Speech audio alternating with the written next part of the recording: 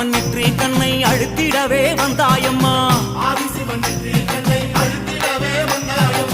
பரமனோட சிரசினிலே பாங்குடனே அமர்ந்தாயம்மா கங்கையம்மா தேவி நீ கண்ண தோர தாயி